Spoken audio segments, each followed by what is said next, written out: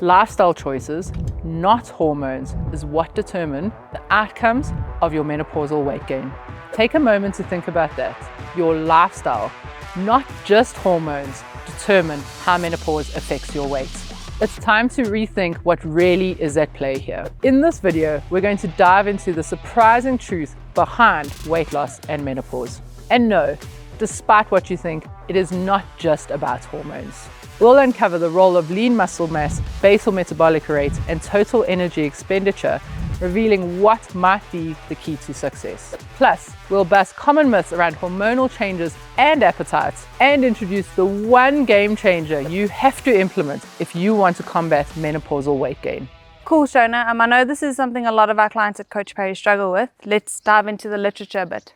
Yeah, I don't think we have to tell women that they feel like they're gaining a lot of weight and that the literature backs them up because they feel that.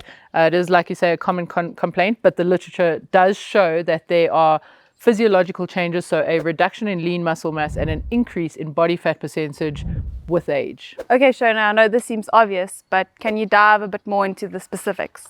Yes, Nikita. So there are body composition changes that happen as we age. These tend to get exacerbated as we're going through menopause. So in particular, it's changes in bone health. So that obviously affects body composition in terms of mass. There are changes in lean muscle mass. As we know, we are losing lean muscle mass quite exponentially, especially as we get towards menopause. And of course, there are changes in body fat percentage. These tend to correlate quite well with age. So as we get older, there are these changes. And of course, they correlate quite highly with menopause then. And because they become exponentially worse as we get closer to menopause, we tend to just blame menopause for that. And while that plays a role, it definitely is not the only reason. And we're going to touch on that in just a little bit. There's a couple of studies that show that these changes happen no matter what the menopause status is. So very often then, blaming menopause for those changes can't be the case, because women who have perhaps gone through very early menopause are still only seeing these changes perhaps in their late 40s, regardless of menopause status. So that is really, really interesting, and why we need to look at it, that it is not solely down to hormones. Okay, Shona, that's interesting. So it's definitely pointing more towards aging than hormones. But we still have a few missing links to fill in before we reach that key to success. So many of the clients that I work with are constantly telling me, but Shona, I'm as active as I was in my 20s and my 30s, and I'm still struggling to lose all of this menopause weight.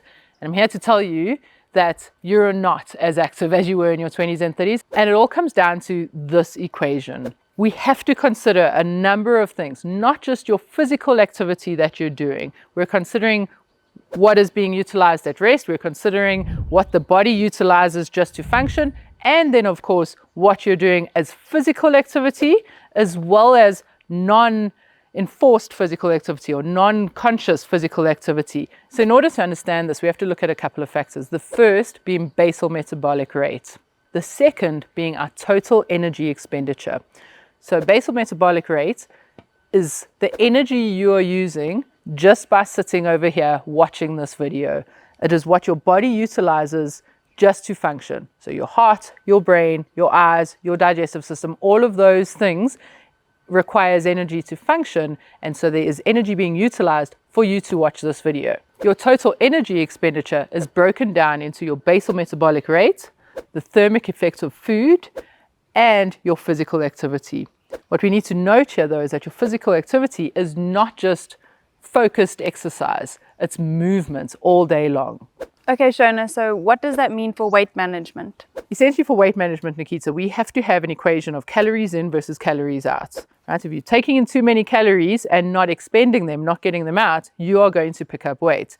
If you're expending a lot of calories and not taking in enough, well, there's a whole other issue there around low energy availability, but you are definitely going to be losing a lot of weight, and that's not necessarily healthy. And so total energy expenditure, and that formula we've just shown, is important because we want that total energy expenditure to be more than the intake. Calories in versus calories out equals weight management. Okay, Shona, so you're speaking in general terms, but obviously this is different for females going through menopause. What effect does lean muscle mass have on the basal metabolic rate? Nikita, that is an excellent question, because the thought is very much that basal metabolic rate goes down as we age. That has actually been debunked in the literature to show that Your basal metabolic rate only starts to decrease over the ages of 60. So it actually doesn't have much to do with menopause. And a lot of the studies that control for lean muscle mass, so if they are watching how lean muscle mass changes, actually show that the changes of basal metabolic rates have got to do with the changes in your lean muscle mass. So that is how it's connected to menopause. We know that we lose lean muscle mass quite consistently over time and dramatically more between the ages of 45 and 50. And that is why we are then having changes in our basal metabolic rate, because we are losing lean muscle mass as opposed to your basal metabolic rate just changing because of the hormones.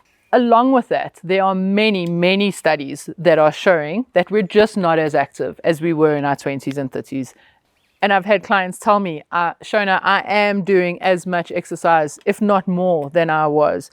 But when you're looking at that total energy expenditure, that's the key thing. So your exercise, your activity, the walking to the car, the walking in and around the shopping center, when you really do those calculations, there are many studies to show that that is not the case, that we tend to get less physically active as we're going through our menopausal years. Okay, so besides not doing as much activity that they were doing in their 20s, why are so many menopausal females still struggling to lose weight? As I mentioned, Nikita, there is this disparity between how much physical activity we think we're doing, how much total energy expenditure we have, and how many calories we're taking in. I think, as I mentioned, if we really look at those, we will see that actually, wow, there's a couple more glasses of wine at night and a little bit less walking. I know personally, just in my own job, my job in my 20s and early 30s was very active. I was on the field, we were walking around, we were constantly in the gym and on the field, whereas now most of my job is sitting behind a computer with a few active sessions. Just that in itself has a massive effect on that total energy expenditure in a day. This is not to say that there is not any hormonal effects. Of course, hormones are going to have an effect on this phase in your life. Those hormonal changes are making females feel more fatigued, more tired, less inclined to do exercise, and again, that is affecting that total energy expenditure. Those small unconscious movements, a couple of studies have shown that can add up to 2,000 kilocalories a day. That is a lot of calories. And if you think that you're taking in 2,000 calories and not expending those, of course, we're going to be struggling to lose weight. These issues are never solely down to one thing. Yes, this total energy expenditure and how we get to that point are key, but of course, hormones are going to play a role. Insulin in particular and cortisol are both very important and probably the main culprits here in weight loss. As we age, we do tend to become a little bit more insulin resistant. And so it really comes down to the type of carbs that we are eating that will have that effect. And with cortisol, our cortisol levels are a little bit more susceptible to stress and very often regard exercise as stress, and cortisol levels can come up. And again, because we're talking weight loss here, I know many females are restricting their diets, they're restricting their carb intake, which puts the body in a state of stress. And when a female body is in a heightened state of stress, increased cortisol levels, we will struggle to lose fat. Okay, Shona, that sounds good, but at the end of the day, how are females supposed to lose their menopausal weight gain in a safe and sustainable way? Nikita, the long and short of it is that you have to be in a calorie deficit. There are many diets that promote this. Intermittent fasting allows you to get into a calorie deficit because you're not eating for a certain time throughout the day.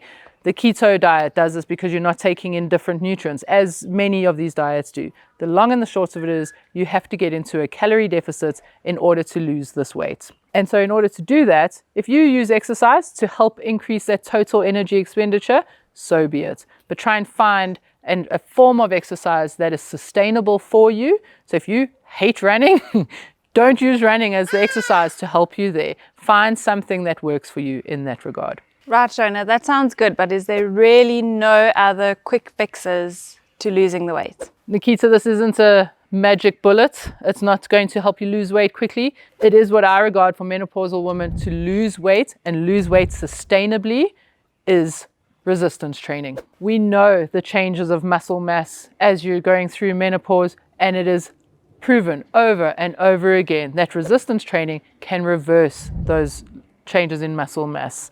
Muscle mass increase will also come with an increase in basal metabolic rate. So already you are increasing your total energy expenditure. And interestingly, there was a study where they followed menopausal women and over a 6-year period, and those who stuck to their resistance training program 6 years later had no increases in fat from the 6 years before. So continuing your resistance training plan will allow you to manage your weight well during your menopause period. And so I'm not saying that losing weight in menopause is easy. This doesn't make it less difficult. But at least now you have something that you can control and not just blame something that's out of your control, like menopause and hormones. So Nikita, at the end of the day, what I'm saying is that the rules for weight loss don't change. Weight loss equals a calorie deficit. You can utilize extra forms of physical activity to get that, to increase that TEE, that total energy expenditure, but we always have to work on that equation. In this video, Nikita, I break down one major misunderstanding that millions of menopausal women have been lied to about.